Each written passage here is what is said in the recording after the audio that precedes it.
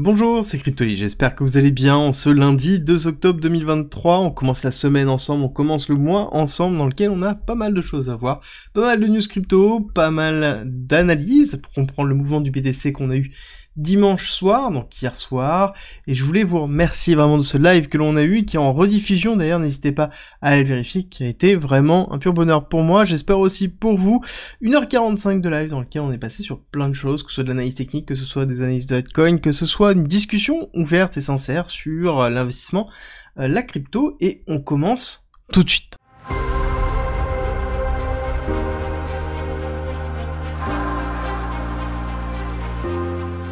Avant de commencer, je voudrais vous parler de la communauté Rift, qui est le nouveau nom en fait du Discord, donc qui est disponible directement ici sur rifters.fr avec un S, dans lequel on propose plein de choses. Le Discord qui a toujours été ouvert à tout le monde, et bien plus, notamment une formation dans lequel on a plus de 60 heures de formation, 130 vidéos, 400 pages de guide, avec un parcours pédagogique, des tests, des QCM pour pouvoir tester, et quelque chose qui est offert gratuitement. Soit vous pouvez l'acheter à 400 €, soit le faire financer gratuitement par notamment notre partenaire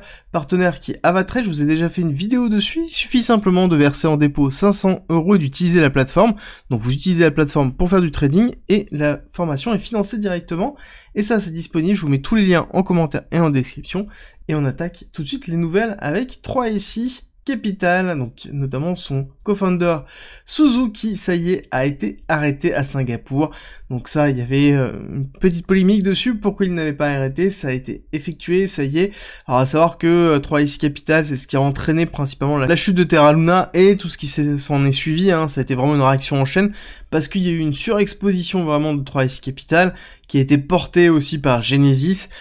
Donc forcément, on a eu ici, malheureusement, un gros acteur qui avait permis d'avoir un énorme bull run en 2020 et 2021 qui ferme totalement et définitivement les portes, ce qui est plutôt positif, bien que Su explique que lui il était vraiment dans l'optique d'avoir un méga cycle, donc de ne pas avoir de petits cycles de 4 ans, mais d'avoir une rupture dessus, et on voit que ça ne s'est pas bien passé, ça ne s'est pas passé de cette façon-là, et malheureusement, malgré tout ce qui s'est passé, il va retourner en prison, enfin il va aller en prison en l'occurrence, quelque chose où il y a des allégations où il pourrait aller encore plus loin, c'est à suivre, je pense qu'on aura plus d'informations par la suite. En parlant de prison, on va parler de Sam Bankman-Fried, qui n'est pas libre, hein, dans lequel il est en prison déjà de base pour avoir tenté de rentrer en contact avec les témoins, chose qui est quand même relativement compliquée, et ça y est, son procès commence, et on va voir un petit peu ce qui va ressortir de ce procès-là. Est-ce que c'est une mascarade, c'est quelque chose qui va être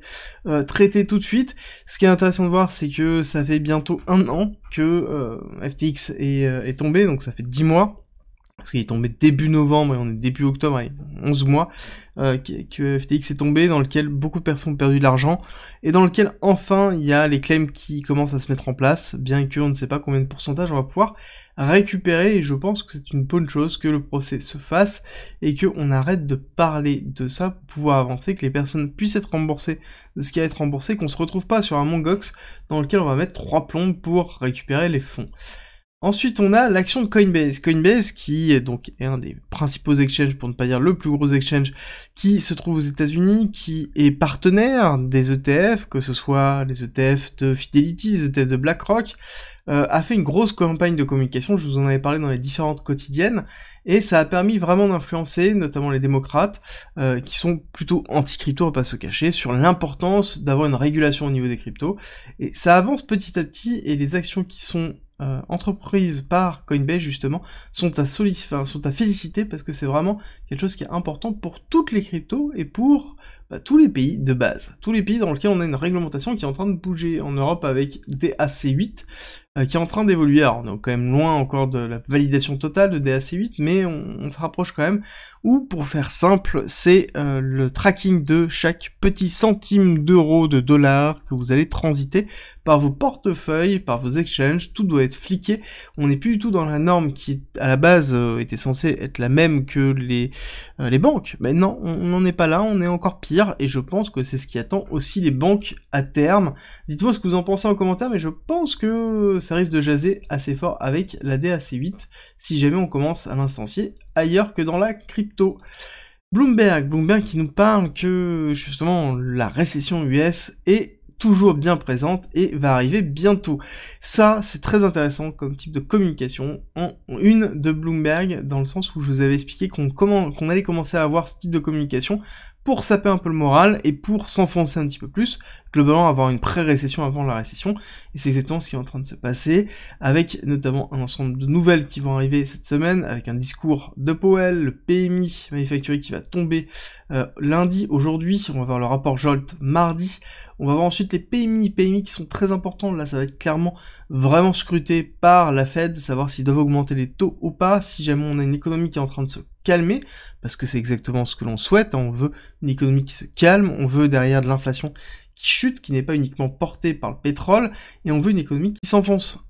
juste assez pour avoir une inflation qui est contrôlée. C'est exactement ce qui est en train d'être mis en place, et ça se ressent sur les actions dans lesquelles on a atteint notre target 1, voire potentiellement bientôt la 1.1 ici à 4276 de cette impulsion baissière, avec l'extension de Fibonacci qui est plutôt classique. J'ai tendance à vous dire que je pense qu'on ira chercher plus bas le 1.618 avec les 4100 pour retester ici cette phase d'accumulation que l'on a, donc là on est vraiment dans nos targets plutôt classiques. Je vous ai parlé d'inflation, oui, parce que l'inflation, elle va être liée principalement ici au dollar, et surtout au pétrole, d'accord? On n'oublie pas le pétrole qui est vraiment dans son haut de range, on est en train de rediriger dans le haut de range pour aller potentiellement chercher les 106. On a eu un petit retracement qui s'est effectué, mais c'est juste pour vous donner un peu de perspective, on a juste fait un retracement ici, il est tout à fait logique d'avoir premier retracement, deuxième, troisième, pour avoir ici un travail du bas de range, pour ensuite repartir. Pour moi, on est dans une zone de range très long terme, et oui, c'est ce qui va permettre de pouvoir avoir une inflation contrôlée. Clairement, il n'y a pas un intérêt très fort à avoir un pétrole très bas, surtout pour des pays comme l'OPEP,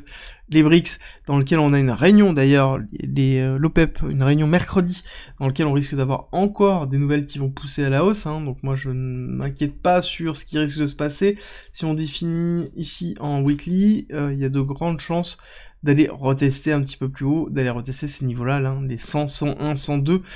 ça me paraît tout à fait logique, avec des nouvelles de l'OPEP qui diront que globalement ils vont diminuer encore le nombre de barils pour faire monter les prix, réaction relativement forte, ravalement de la bougie, et ensuite on verra est-ce qu'on se stabilise ici pour faire une continuité baissière, ou est-ce qu'on va vraiment chercher le haut de range, et donc là vraiment emmerder tout le monde, on va pas se le cacher. Ensuite, autre petite nouvelle au niveau de la macro, quelque chose qui est important, dans lequel on a bien eu une accélération très forte au niveau de la différence entre le 2 ans et le 10 ans au niveau des bons américains, et pour moi c'est plutôt positif. J'aimerais qu'on aille très vite chercher les zéros pour ensuite avoir cette petite récession que l'on souhaite avoir. Quand je dis on souhaite, hein, c'est la Fed bien évidemment, pour ensuite pouvoir se structurer autrement et avoir un shift des liquidités vers un retour des liquidités vers les actions pour aller un petit peu plus loin. BTC, on a eu une grosse bougie hier, classique, hein. En même temps on commence à avoir l'habitude de voir ce type de bougie-là le dimanche à 22h, voire 2h du matin le lundi, dans lequel on a de la liquidité et liquidation des shorts, donc on a liquidé en fait ici toute cette liquidité qui se trouvait là, et on a repris ce top ici, avec juste une toute petite mèche, hein. On voit que la toute petite mèche a été effectuée. Pour moi ce n'est pas suffisant, ma target reste toujours ici le 1 et le 1-1, avec ce retest effectif de cette zone qui sera potentiellement un rechargement de short pour moi, hein, dans lequel je ferai une continuité baissière, avec une invalidation au-dessus des 31 000, d'accord, des 30 000, alors exactement 30 800, mais voilà, une invalidation qui risque d'être assez haute. Donc pour moi, ici j'ai potentiellement une entrée, un renforcement de l'entrée short que j'ai toujours présente, et que j'ai appelé déjà depuis assez longtemps. Donc là on est plutôt dans quelque chose qui est normal, dans lequel on a une rupture, retest et accélération, suite ici à un retest du range, on n'a pas fait de réintégration, donc on a une accélération haussière lors de la rupture ici, avec derrière une liquidation des shorts qui a été relativement flagrante. Hop, on va la voir ici, dans lequel on a liquidé toute cette partie-là, et ce qui est plutôt cohérent. D'accord, on a vraiment liquidé toute cette partie, qui était d'ailleurs construite depuis le 20 septembre, donc on a eu le temps en fait de la construire, et on voit bien que plus le temps est passé, plus on l'a construite, plus on a eu cette accélération haussière, plus on a commencé à essayer de construire du short supplémentaire pour les liquider en une seule et unique bougie. C'est plutôt la classique, hein, on a vraiment l'habitude de voir ça, et quand on regarde les liquidités qui sont en cours de construction et qu'on prend un petit peu de recul, bon, on voit que ça fonctionne très bien, on arrive bien à construire des liquidités de longue, qui sont bien présentes. Donc pour moi, ici, on a vraiment un appel de prix, on a assez peu de shorts encore, c'est pour ça que je vous dis qu'on peut aller chercher un peu plus haut, on peut même aller chercher vraiment une toute petite mèche agressive jusqu'à, on va dire 30 500 pour récupérer cette petite liquidité et cette liquidité qui se trouve là, avant de faire une continuité baissière. On avisera à ce moment-là. Dans tous les cas, moi ce qui va être vraiment primordial, ça va être de faire quelque chose comme ça, d'accord? Donc une accélération haussière, voir ça, là on a quelque chose qui est intéressant dans lequel on a une information comme quoi on peut rentrer pour faire un renforcement de short parce qu'on aura ici une expansion haussière, liquidation, rejet, retest et donc confirmation du rejet et une cassure baissière, une accélération baissière et c'est ce que je vais chercher personnellement, en tout cas dans les jours qui viennent, dans les semaines qui viennent, si jamais on valide bien cette accélération haussière, parce qu'on pourrait très bien s'arrêter là et dire hop, ciao, on se renfonce, donc là on est quand même relativement loin, ou même tout simplement, ciao, on casse à la hausse, mais pourquoi j'y crois pas en fait à cette hausse? Bah pour plusieurs choses. Un, on n'a pas d'éléments endogènes à la crypto qui nous pousse. Clairement, la macro elle est horrible, la crypto elle est en attente, donc pour moi il n'y a rien qui explique ce type de mouvement et qui va dans le sens de ce mouvement haussier. Ce n'est pas le bull run, on n'est pas dans une accélération haussière, on est globalement dans une phase de latéralisation où on passe du bas d'un range à un haut de range, bas de range, haut de range, d'accord? Donc pour moi il n'y a rien de neuf, ici on est plus dans un retest du milieu de range, dans lequel on pourra avoir ici une petite deviation pour ensuite casser B6, c'est ce que je vais jouer, mais si on va retester ici potentiellement les 30 500 qui est le haut de range, bon, ça sera le 30 500 pour le haut de range, donc on est dans cette dynamique-là, donc on prend du recul, encore une fois, par rapport à ce qui est en train de se passer, et le retest des 25 000, et la cassure des 25 000, elle devra être faite avec force, et est-ce qu'il ne faut pas des nouvelles, que ce soit au niveau de la crypto ou que ce soit au niveau de la macro, pour entraîner suffisamment la baisse et casser ça? Je pense aussi. Et pourquoi je pense aussi que cette accélération haussière n'est pas portée et n'est pas porteuse? Pour plusieurs choses. C'est que, quand on regarde l'order flow, on voit ici, au niveau de l'open interest, que l'open interest s'est cassé et on est retourné dans les alentours de 80. Donc on a liquidé en fait tous les anciens shorts, donc c'est vraiment une volonté de liquider ces shorts là dans lesquels on est en train de reconstruire un tout petit peu. On a très peu de mouvement au niveau des top traders, donc ça sous-entend que ici le petit mouvement haussier c'est le mouvement de la validation, donc elle n'est pas achetée par les top traders, donc il n'y a pas de volume effectif pour pouvoir pousser, donc c'est pour ça que là on s'extasie devant un petit momentum, et quand on regarde ici la volatilité, et qu'on retrace, on voit qu'on est toujours très très bas dans la volatilité, donc non, on n'a pas de volatilité, on n'a pas de volume, on a juste un petit mouvement qui sort en fait du range qu'on avait déjà défini depuis un certain temps, donc pour moi on est dans quelque chose de classique, et surtout que les CVD, c'est les CVD perp qui sont en train de pousser très peu le spot, un petit peu le spot parce qu'on a une valorisation